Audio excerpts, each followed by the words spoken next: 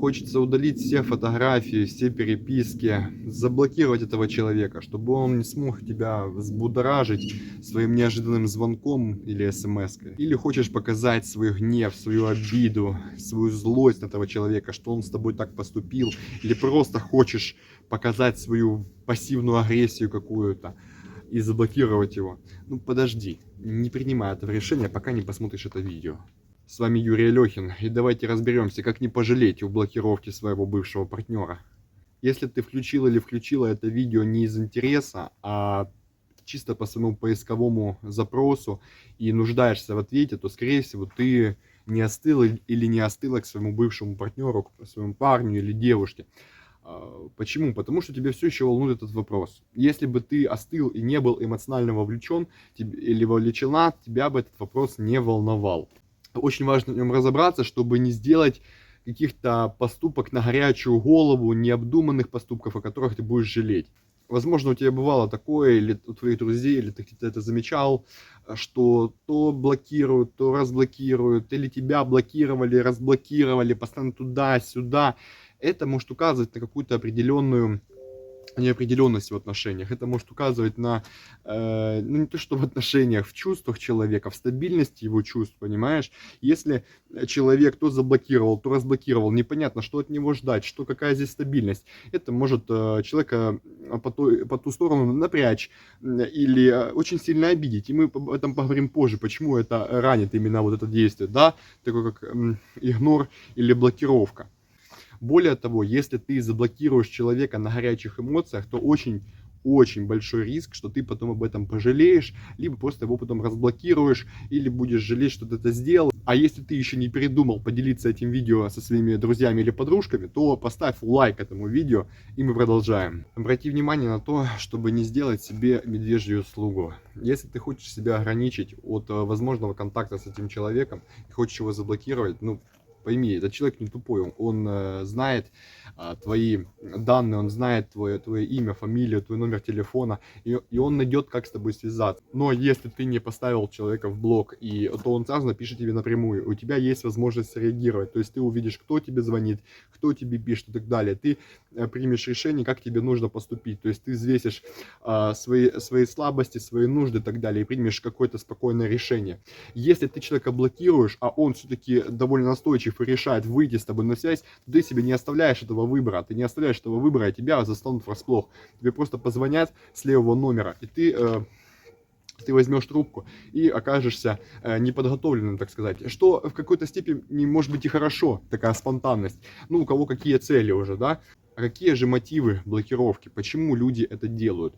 А настоящие мотивы блокировки своего партнера, если на это нет объективных причин, такие как навязчивость, то это чаще всего подавленная агрессия, подавленная обида, такая пассивная агрессия, направленная к своему партнеру, и любой вид гнева, обиды и так дальше. Обида тоже как вид гнева. Поэтому важно это осознавать. Да? Важно это осознавать. Если у вас есть чувство, возможно, вам стоит пойти поработать с психологом или обсудить это же с вашим партнером бывшим. Все равно хуже уже не станет. Да?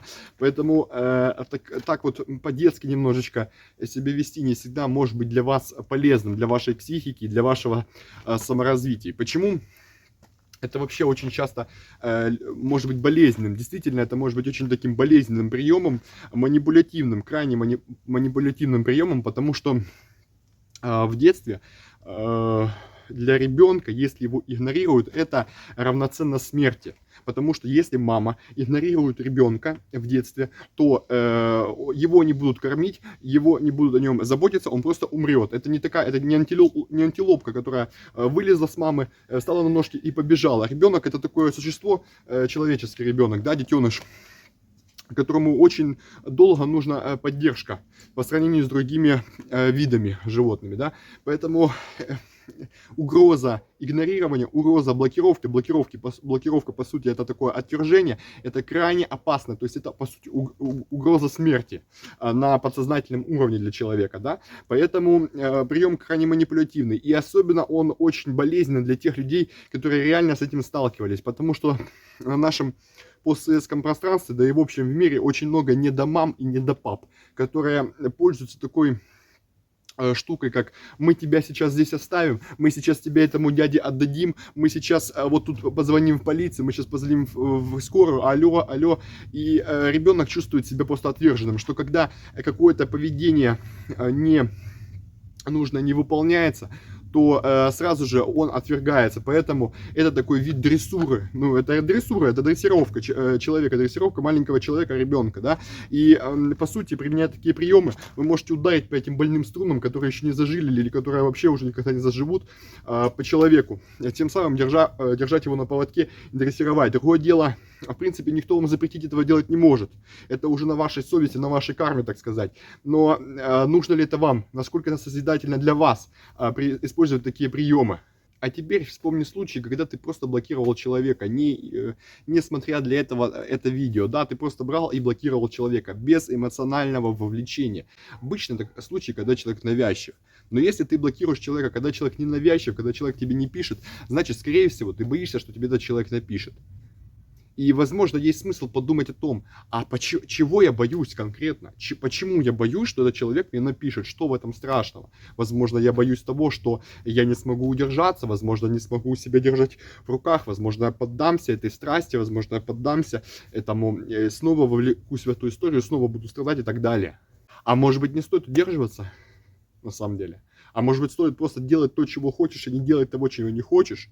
Потому что есть такая теория, что если ты будешь насильно себя удерживать, да, то есть у тебя есть это, не, конечно, это просто мое личное убеждение, мое мнение, так, относитесь к этому осторожно, все проверяйте со своим опытом, то, что вам больше подходит, но есть такое убеждение, что если ты себя ограничиваешь, блокируешь от какого-то жизненного опыта, который к тебе приходит, да, от каких-то жизненных ситуаций, по сути, ты блокируешь человека, то ты не сможешь получить этот опыт, ты не сможешь прокачаться, ты не сможешь развиться в этом, и ты просто упускаешь эту возможность. И рано или поздно тебе это выльется в следующей ситуации, в которой будет подобная ситуация, ты не сможешь защититься, ты снова столкнешься с этой ситуацией, снова тебе придется ощущать те же эмоции, те же чувства, та же самая фрустрация будет просто с другим человеком, может, ты еще раз испоганишь себе всю свою житуху, поэтому, возможно, стоит закончить эту историю с этим мужчиной или с этой женщиной, осознанно, на холодную голову принять решение, общаться с этим человеком или не общаться, продолжать с ним отношения или не продолжать, возобновлять или нет, возможно, стоит это сделать именно вот так. А я предлагаю тебе подписаться на мой канал прямо во время просмотра этого ролика. Прямо вот сейчас подписаться. Почему? Потому что это поможет продвинуть этот ролик к другим нуждающимся людям, которые тоже сейчас находятся в ситуации, подобной тебе.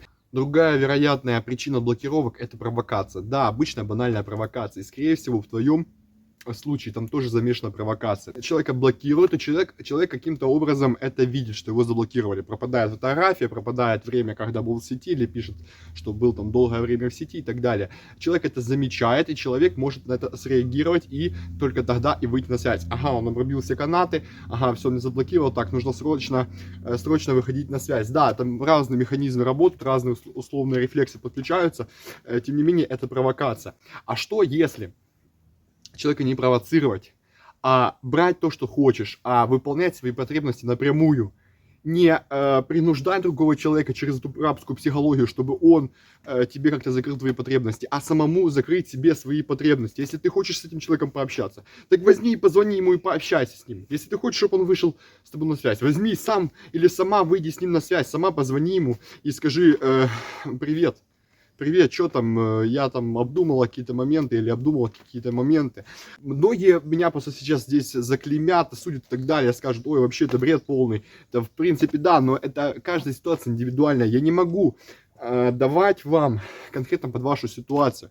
Если вы хотите конкретно под вашу ситуацию какие-то решения, какие-то моменты, какие-то техники, как на это выйти, как это прояснить голову, то тогда приглашаю вас конкретно личную консультацию со мной. Все контакты будут в описании. Там мы ваш момент этот обсудим, спокойно сядем, поговорим, и все будет хорошо. И выйдем на нужные вам цели, и не только в отношениях, и в любых других сферах. Но в этой теме я просто предлагаю контрмнение такое абсолютного большинства людей, которые на ютубе вещают, которые пропагандируют то, что надо блокировать полностью и безвозвратно. Я предлагаю вам просто забирать ваше. Хочется, делайте. Просто хочется и делайте, потому что рано или поздно это никуда не денется. Вам все равно это где-то оно и выльется. Пока вам уже самим это не захочется делать, только тогда это будет реальным признаком успеха, признаком того, что вы переросли эти отношения, переросли эту фрустрацию, эту боль, эти страдания, которые вы испытывали в этих отношениях. Только тогда. А не когда вы силой себя удерживаете, блокируете искусственно это все и так далее. Вы действительно подумайте, может быть, этот человек для вас важен, может быть, не стоит обрубать эти все канаты, возможно, уже со временем у вас поменялись ценности. Я не призываю вас мириться ни в коем случае, я за то, чтобы все происходило органично и то, как оно должно быть, без боли, точнее, с болью, но с минимальной болью, зачем лишний раз страдать. Надеюсь, это видео кому-то понравилось, если хотя бы одному человеку это понравилось или это зашло, это было полезно, дай знать об этом в комментариях, мне будет очень приятно почитать, я отвечаю на каждый ваш комментарий. А с вами был Юрий Алехин, всем удачи, всем пока!